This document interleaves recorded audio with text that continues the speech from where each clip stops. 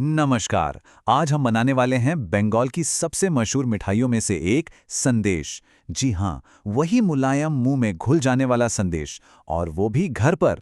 यकीन मानिए, ये तरीका इतना आसान है कि इसके बाद बाजार से लाने का मन ही नहीं करेगा।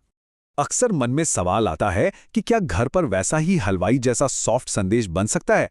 तो इसका जवाब है हाँ, बिल्कुल बन सकता है। ये जितना सुनने में मुश्किल लगता है ना, बनाने में उतना ही आसान है। चलिए शुरू करते हैं। और पता है सबसे अच्छी बात क्या है? इसके लिए हमें कोई लंबी चौड़ी लिस्ट नहीं चाहिए। बस घर में मौजूद कुछ गिनी चुनी चीजों से ही ये कमाल की मिठाई बनकर तैयार हो जाती है ना मजेदार? तो चलिए सबसे पहले नजर डालते हैं इसकी सामग्री पर। देखते हैं कि इस स्वादिष्ट संदेश की बुनियाद रखने के लिए हमें क्या-क्या चाहिए। हाँ, तो सबसे जरूरी चीज है दूध, लगभग 1.5 से 2 लीटर। एक बात ध्यान रखनी है कि दूध हमेशा फुल क्रीम ही लेना है, क्योंकि उसी से हमारा छेना एकदम मुलायम बनेगा।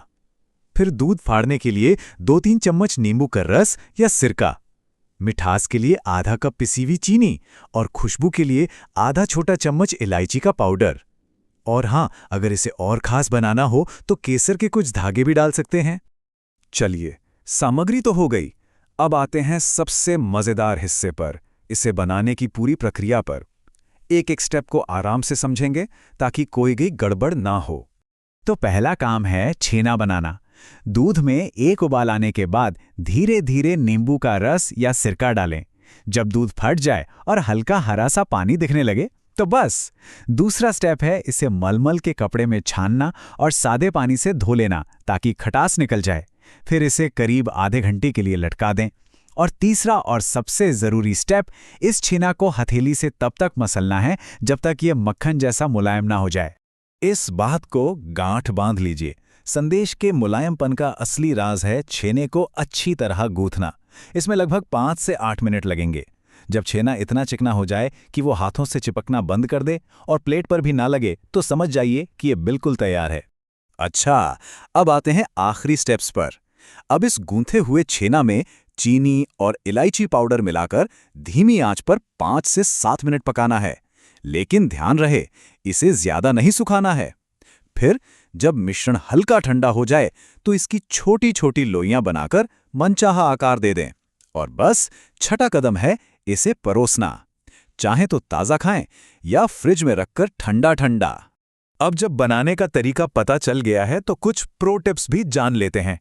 ये वो छोटी छोटी बातें हैं जिनसे संदेश हर बार एकदम परफेक्ट बनेगा।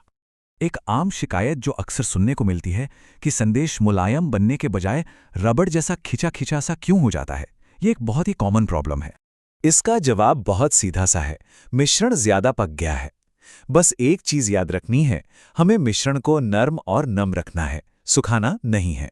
जैसे ही ये पैन के किनारे छोड़ने लगे, समझ जाइए कि इसे गैस से उतारने का टाइम हो गया है।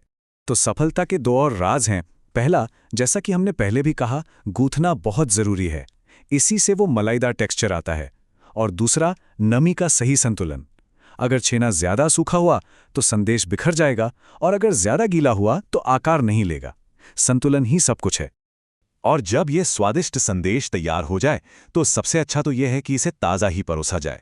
पर अगर बाद के लिए रखना हो तो किसी भी एयरटाइट डिब्बे में रख के फ्रिज में 2 दिनों तक आराम से रख सकते हैं।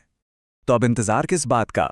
इस बार किसी त्योहार पर या यूं ही कुछ मीठा खाने का मन करे तो बाजार से लाने की बजाय अपने हाथों से ये मिठाई बनाएं और सबको खिलाएं, क्योंकि अपने हाथों से बनी मिठाई में स्वाद के साथ साथ प्यार भी जो मिलता है।